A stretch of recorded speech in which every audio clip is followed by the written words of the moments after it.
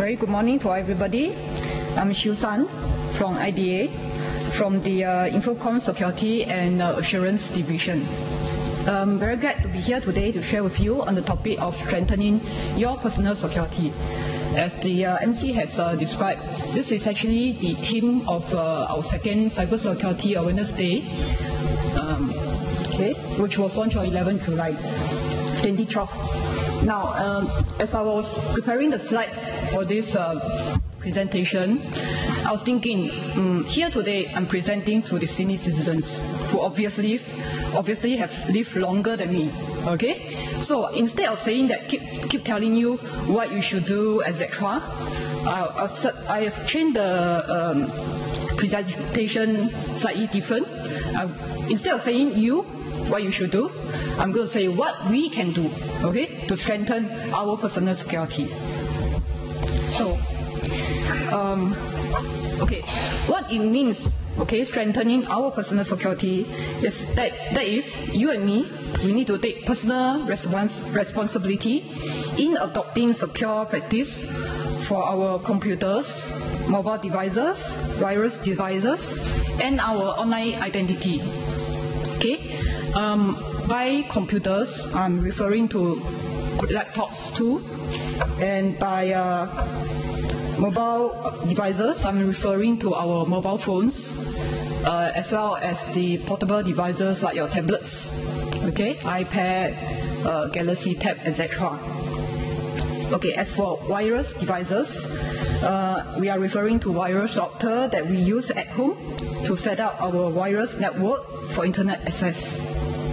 Okay.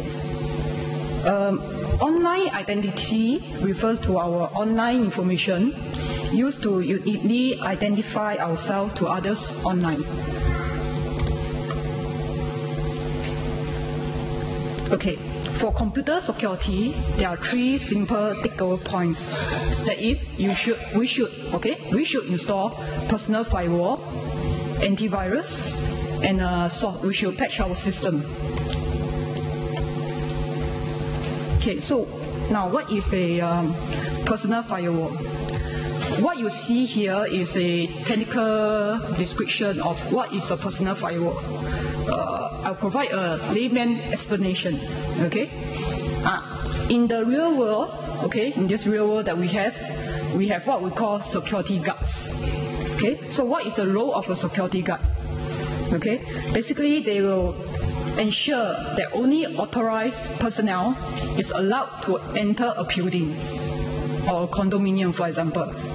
Okay? So, similarly in the cyber world, we have what we call a cyber guard, and it's a firewall. Okay? So you actually check that only authorized traffic are allowed to enter your computer. Okay? Now, are you aware that I think most of us here will be a Windows user, okay? Are you aware that in the Windows XP or Windows 7, there is already a personal firewall? So all you need to do is to enable it, okay? So you don't actually have to purchase a personal firewall. It is already available in the Windows XP and Windows 7. Okay, if you are wondering how to check whether your personal firewall is turned on, okay, you can see here. All you need to do is navigate to your control panel and go to System and Security. You should be able to see there's a window firewall. All you need to do is click on Check Firewall Status. Okay. Okay. The next item is on antivirus. Okay. As you can see here, antivirus is a software used to detect, stop, and remove malware. Okay, and note that for the antivirus to be effective, you need to have the virus signature file updated. Okay, this can be a setting configured automatically. Now, one thing to note is that antivirus cannot protect against zero-day attacks. Okay, you might ask, what is a zero-day attack? Okay, if you could recall a few years back, when Singapore was hit by SARS. Okay, we didn't have a vaccine for SARS then because it was new to even WHO. Okay, so in the cyber world, SARS is like a zero-day attack. Okay, nobody knows what it is, so naturally we don't have a vaccine for it yet. Okay, so what should you do then? What can we do if it's a zero-day attack? Is there nothing we can do to protect ourselves then? Okay, that's where we have the software updates. Okay, so software are built by human beings. We human beings are, of course, not perfect.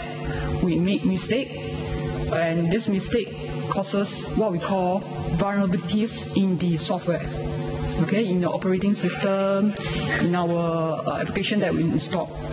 Okay, so periodically the software manufacturers will actually release new updates upon discovery of these vulnerabilities or bugs.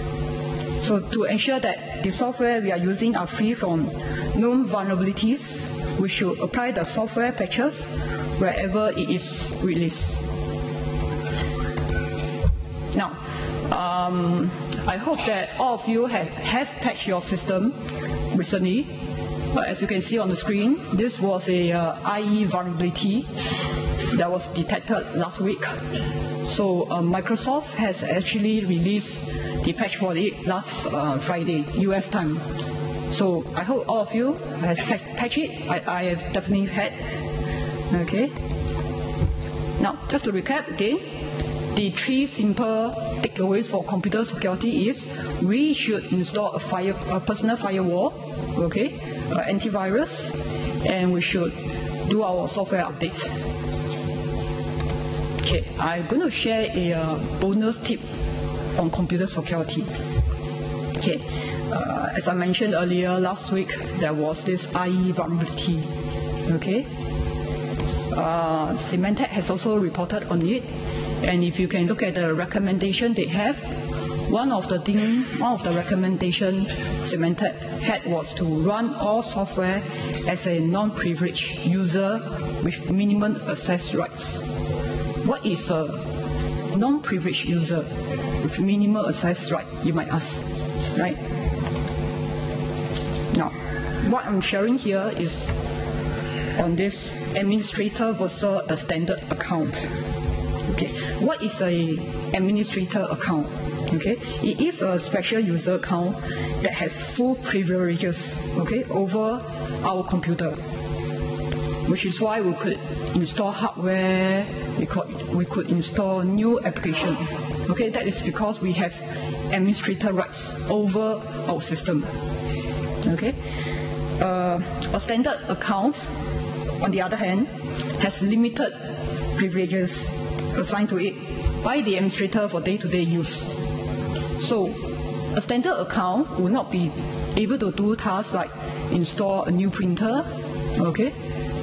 And this standard account has its purpose, okay? It is designed such that with limited access to the system, okay, it prevents damages to your system. For many malware to attack our systems, they actually need to have administrator access. Okay, if I can go back to the previous slide, which is why Symantec recommend that we should be running software with a non-privileged user with minimum access right. So what they are referring to is we should be running our computer using a standard account. Think about it. How often do you install a new printer? Half a year? 1 year? Unlikely, right? Normally we might purchase a new printer, maybe change a new printer maybe after 2 years. Okay? Being a typical Singaporean, we will look for things that are cheap and good. If I have to change my printer every year, I'm going to change a vendor, right? So there is actually not many reasons why we should be using an administrator account to surf the net, check our emails, etc. Okay, so I really hope that all of you here today, when you leave this seminar today, think about, do you really need an administrator account to access your computer every day to do the tasks that you are doing regularly, like checking your emails, browsing the internet? Okay, because this would really help if you are using just a standard account. Okay, so think about it. Which type of account are we using at home on our computer? Okay, if you are wondering how to check, okay, you go to Control Panel, User Account and Family Safety, User Accounts, Manage Account, and you can see here. This is a screenshot of my own personal computer. So I have an administrator account and I have a standard user account. So for my day-to-day use, I normally use the standard user account. Only when I need to install a new application, then do I use my administrator account to log on. Okay. Now, using a standard account will also make the hacker job more difficult because they don't have the administrative rights. If they are really intend to hack your system, make it harder for them. Okay. Okay, now I move on to the mobile security. Okay, what are the tools for mobile security? Okay, we should, at a minimum, enable the password on our mobile phone. So you can see here, you have 3 choices.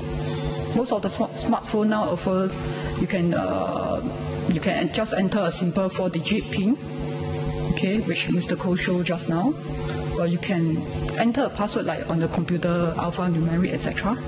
You can also have enter a pattern as the password. Okay, so there's a few options. So if you have a favorite, yes.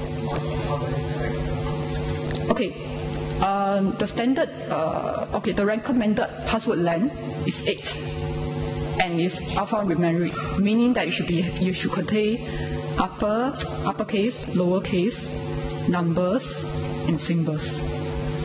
Okay. Now, if some of you are saying that every time you need to access your mobile phone, then you have to press the PIN, right? And some of them say, no point entering the pattern PIN, because once I enter the pattern PIN, people can see the fingerprints on it. Okay, so that's why if you look at your goodie bag, we have actually provided a handphone screen cleaner. So you can actually use this screen cleaner to clean your handphone, so you don't need to worry about leaving fingerprints on it. Okay. And also enable the encryption on your mobile phone. Okay. I don't know whether you all do this, but for me, if I need to send my smartphone for servicing, I will back up my data and I will actually do an erase of the data. Because what happens is that all our mobile phone can actually be cloned, and it's in a few minutes that it can be completely cloned. Clone meaning that they do a duplicate of your mobile phone. Okay, and once they have, if they really do this, okay, they can actually go and look at the data inside. So if your data is not encrypted, it's transparent to them. Okay, so for me, normally, if I need to send my handphone for servicing, I will not take the risk. I will erase all the data. Okay, because after all, it is our personal responsibility to take care of our data. Okay, and if you are not using the Wi-Fi or the Bluetooth, we should turn it off. One thing is save the battery life. Okay, you also make sure that our mobile phone does not connect to any Wi-Fi that we are unsure of. Okay, because attackers could actually access to our information if we happen to be connecting to the access point that they set up to entice us. And like I mentioned earlier, we should back up our handphone data. Okay, what's the don't? The don't is don't connect to unknown virus network. Okay, because how sure are you that You see there's this public Wi-Fi network, okay? How sure are you that it is really set up by an authorized party? Maybe you go to Starbucks and you see, oh, there's this public Wi-Fi access point called Starbucks. Are you sure it's really Starbucks? Okay. How do you know it is not set up by a hacker, for example, with a stronger signal to entice you to connect to them, and then they will start sniffing the data? Okay. And also, don't jailbreak or root your mobile phone. Okay. If any of you are not familiar with this term, jailbreaking actually allows the root access to our mobile phone, to the operating system. Okay. One thing is that jailbreaking or rooting the phone also breaks the warranty, okay, provided vendor. Also, you also provide the malware, the root access to our mobile phone. Okay. When I say root access, it's similar to giving administrator access to the malware. Okay. Now, what I'm showing here is what we call repackaging. Okay. Back to earlier when I speak about jailbreaking, etc. It is actually quite closely linked to repackaging. Okay. Here you see. Okay. If I step you through number one. Okay. There is a developer who created a game called Monkey Jump. Okay, I'll put it into the context of, let's say, Angry Birds. I think most of you would know this game called Angry Birds, right? Okay, so imagine, let's say tomorrow is Mooncake Festival, right? So let's say Angry Bird has launched a Mooncake Festival themed Angry Bird series. On iPhone, it might be a paid version. On Android, it might be a free version. Okay, sometimes this happens. So maybe you are using an iPhone and you badly want to play this game, but you don't want to pay for it. Okay, so far I've not paid for any mobile apps also, because I'm an Android user. So most of the apps that I'm using are free also. So what to do if you badly want to play this game, but you don't want to pay for it?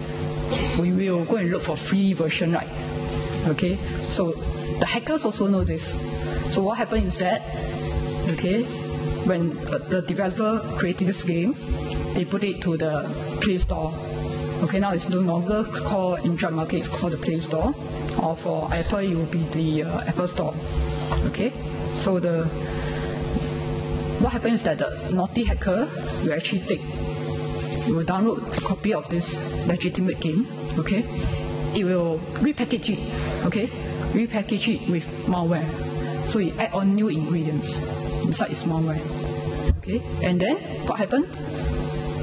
The malicious hacker will actually re-upload this package to another website and tell all of us that it is free for download. So happily we're going to download, right? Seeing that it's free. And then what happened? The malware will then execute itself in our mobile phone. And if you have jailbreak it, or if you have root it, then that's it. You are giving full access to the malware. Okay? So this is a real example of how, why is it that sometimes we don't recommend that you download application from third-party website. Okay? Now, this is on the topic of virus security. Okay, spend a few seconds to read this question. Okay.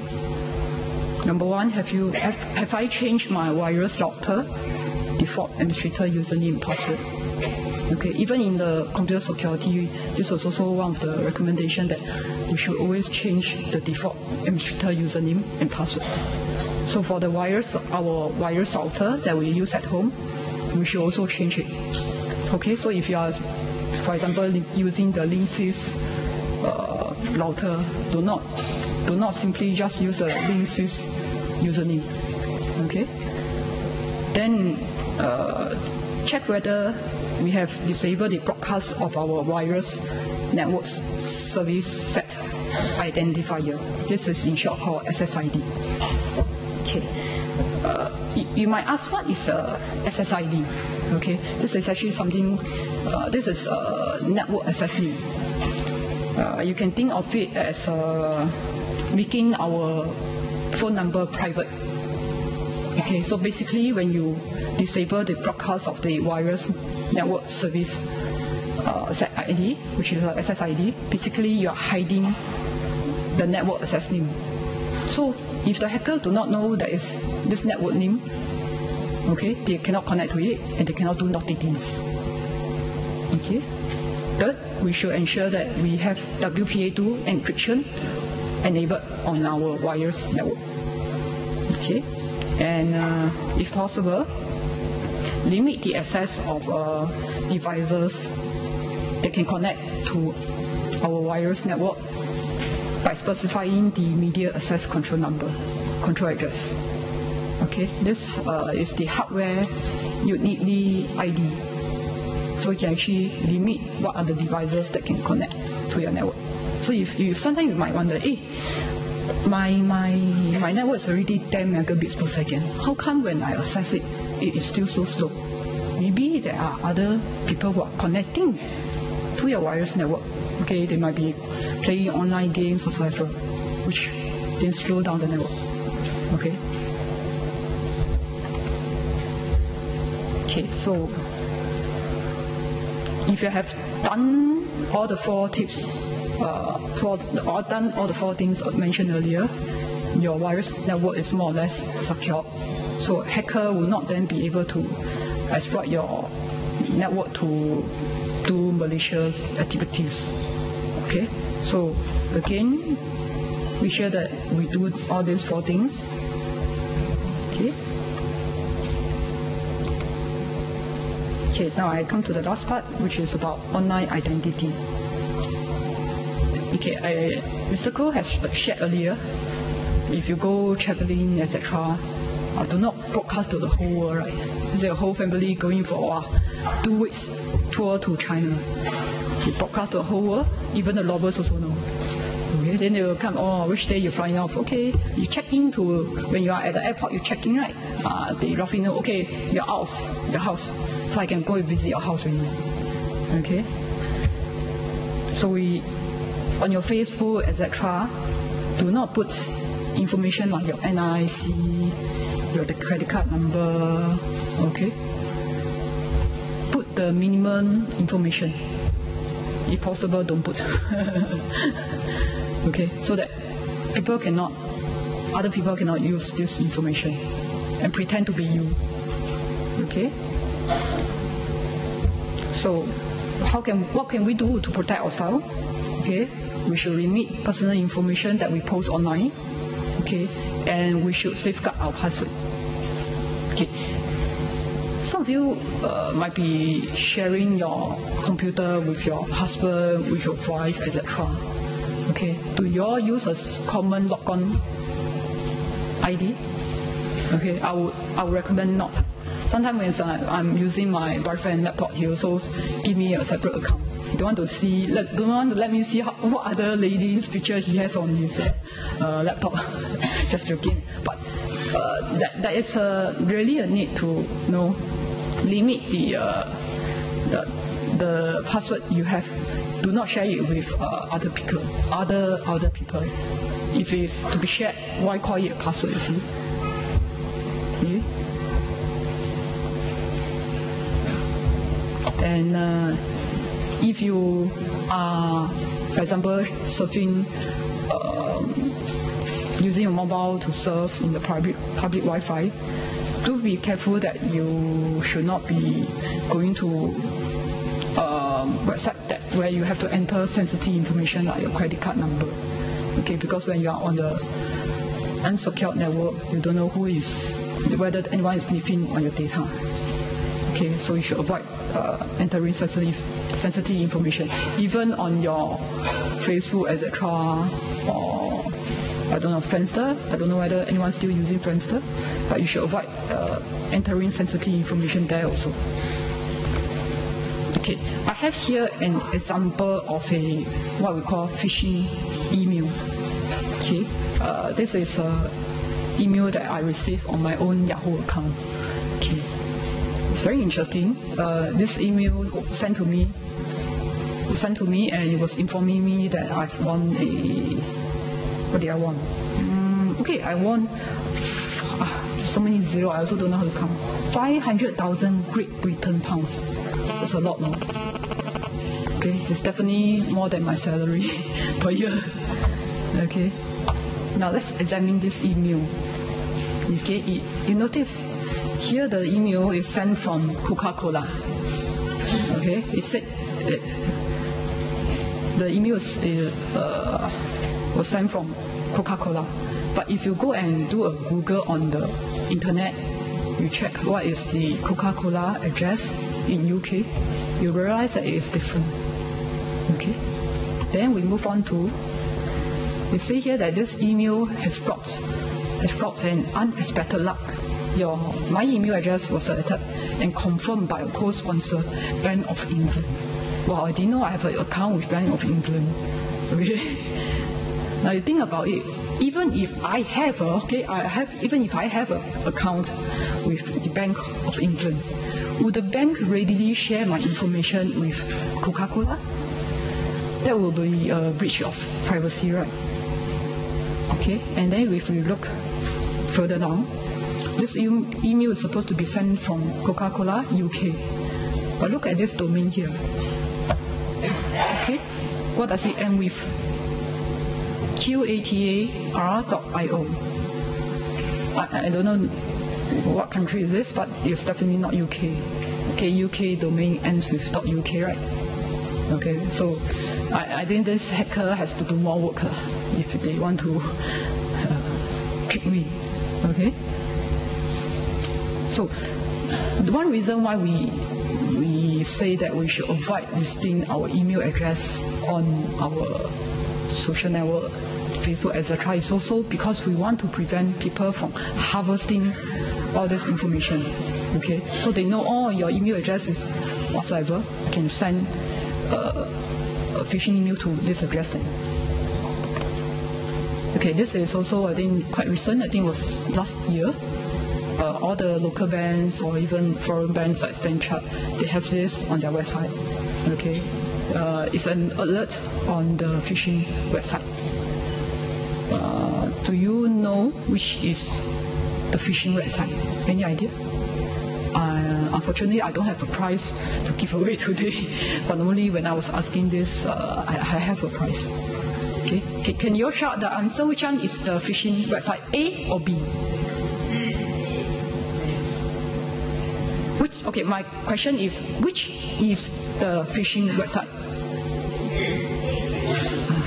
Okay, very good.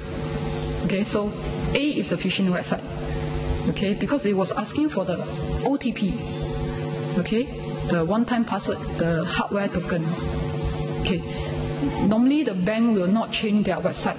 Okay, without informing us. All along they have been asking only for the username and password. Once you enter that, then they will prompt you for the OTP. So it's definitely unlikely that the bank would tomorrow change their website and ask you other information suddenly without informing you. Okay, so do be on the alert. Okay, so and with that, I'll actually end my presentation.